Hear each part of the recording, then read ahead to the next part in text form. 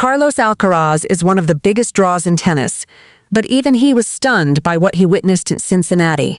The ticket center got flooded.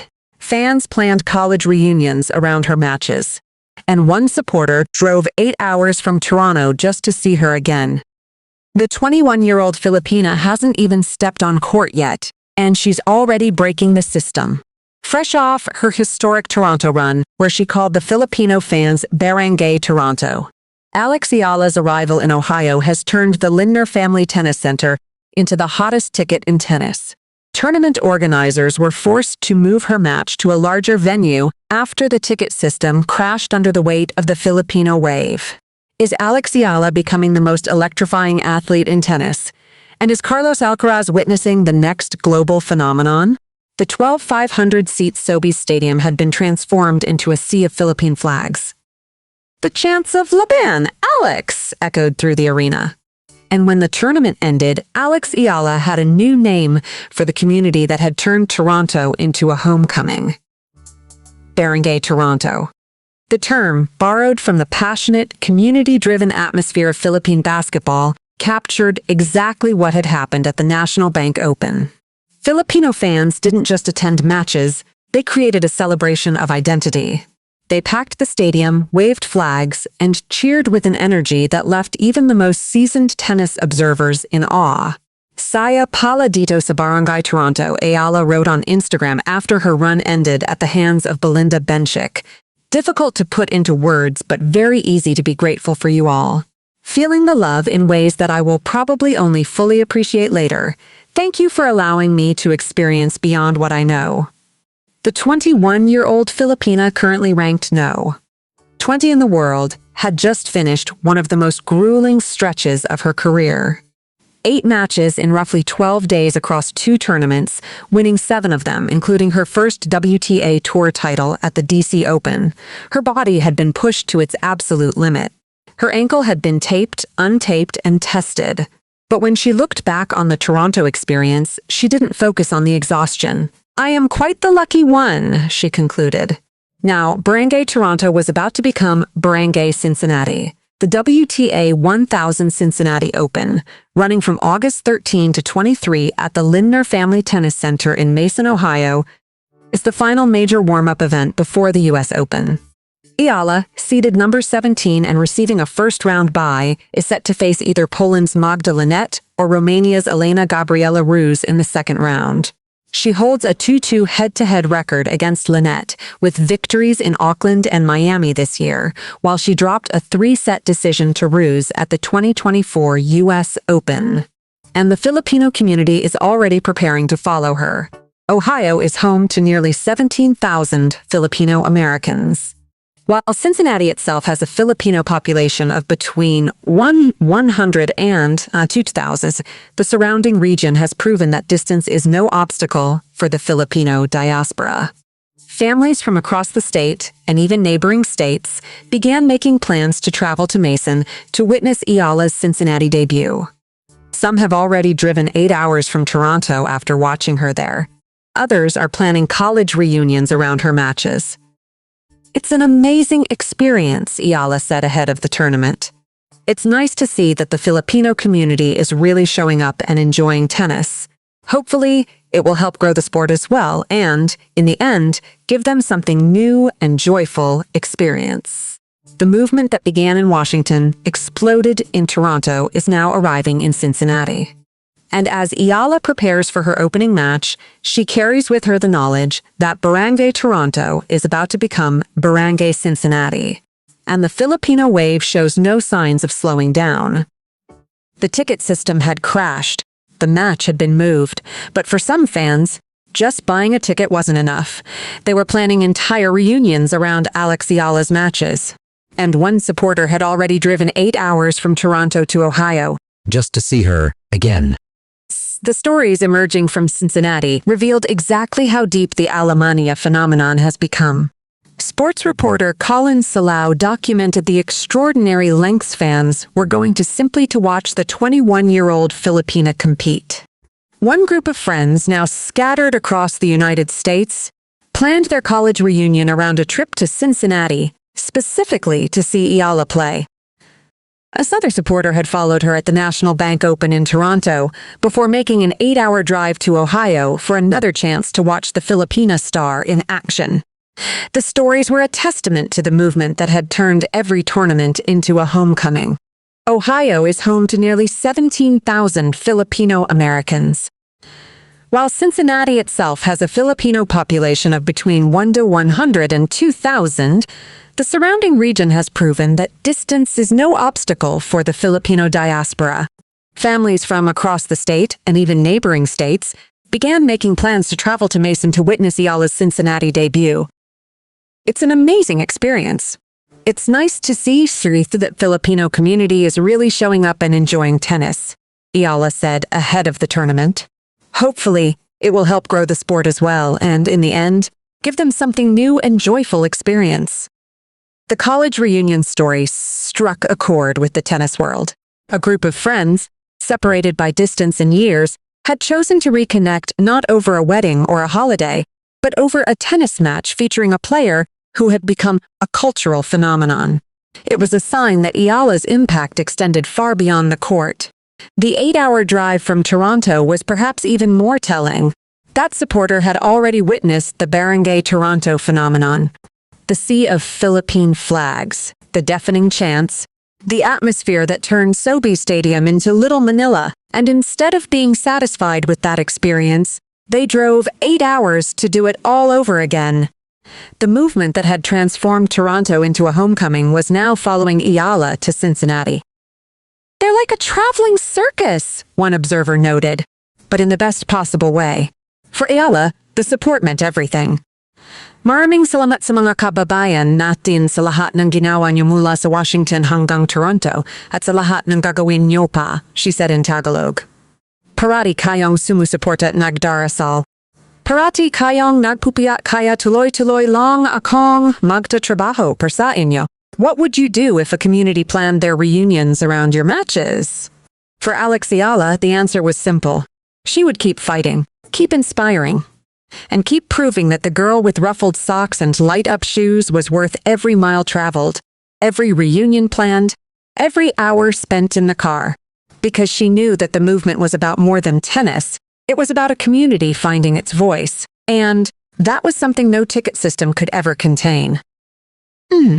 Carlos Alcaraz is one of the biggest draws in tennis, a 7-time Grand Slam champion, a player who fills stadiums wherever he goes. But even he was stunned by what he witnessed in Cincinnati.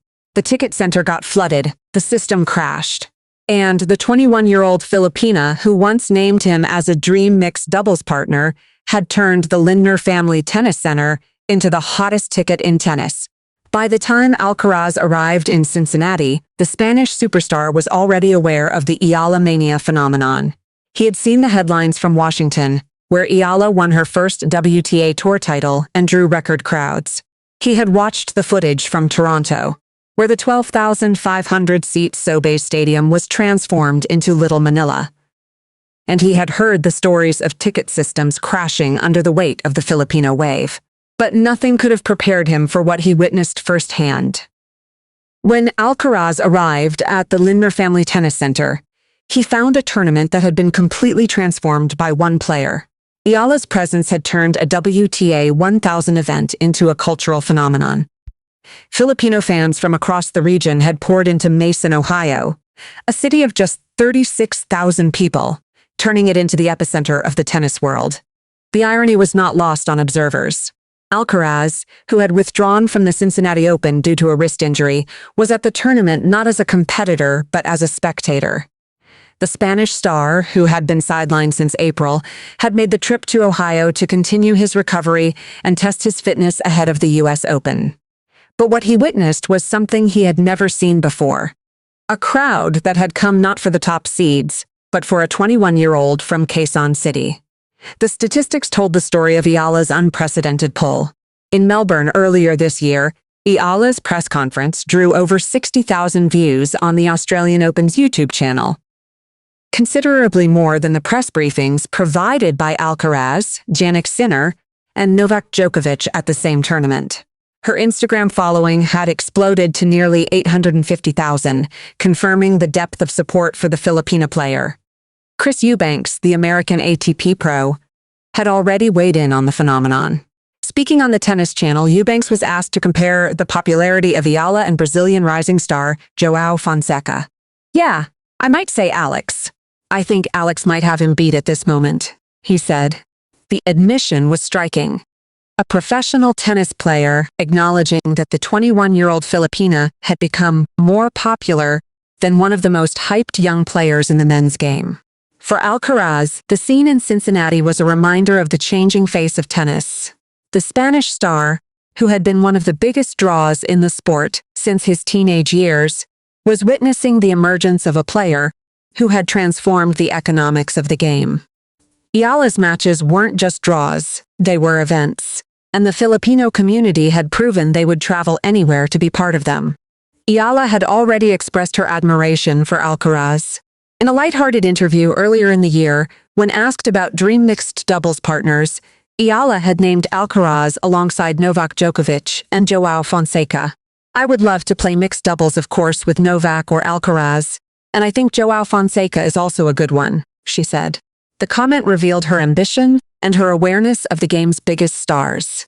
Now Alcaraz was witnessing her star power firsthand.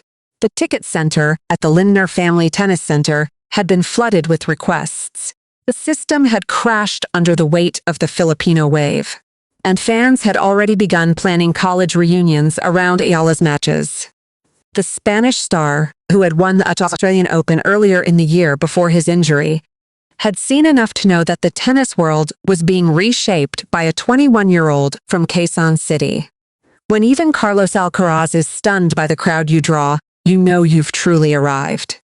The phones at the Lindner Family Tennis Center had been ringing since 6 a.m. By the time the system crashed, tournament director Bob Moran knew he was facing something he had never seen before. "I've never seen anything like this," he admitted, his voice carrying the weight of someone who had watched tennis legends like Federer, Nadal, and Serena Williams pack stadiums for decades. The massive ticket demand for Alex Eala's Cincinnati Open match had caught everyone off guard. The 21-year-old Filipina hadn't even stepped on court yet. She was still enjoying a first-round bye as the number 17 seed, but her presence alone had already broken the system. The ticket rush was so overwhelming that organizers were forced to scramble for a solution before 9 a.m. "She hasn't even played a point in Cincinnati, and she's already causing chaos," one observer noted. The scene mirrored what had happened in Toronto, where Eala's matches had sold out in 30 minutes and forced us organizers to move her to center court. But Cincinnati was different. This was a tournament that had just undergone a staggering $260 million transformation. The Lindner Family Tennis Center had been renovated and expanded with a 2,300-seat sunken stadium, 13 new courts, and a state-of-the-art clubhouse. It was designed to host the world's best players. And yet, even with all that extra capacity, the organizers found themselves facing the same challenge that had overwhelmed Toronto: how to accommodate the Filipino wave. The solution was swift and decisive. Eala's match was moved to Grandstand Court, a larger venue capable of holding the massive crowd that was coming. Tournament director Bob Moran, who had overseen a record-breaking 2025 Cincinnati Open with 285,571 attendees, was left in awe of the 21-year-old Filipina's unprecedented pull. "I've never seen anything like this," Moran repeated. When the ticket system crashed and organizers were forced to scramble, it was clear that Bob Moran had been added to the list of those stunned by Alex Eala's influence. As the Cincinnati Open continued, the Filipino wave showed no signs of slowing down. The fans who had turned Toronto into Little Manila had now arrived in Ohio, and they were ready to do it all over again.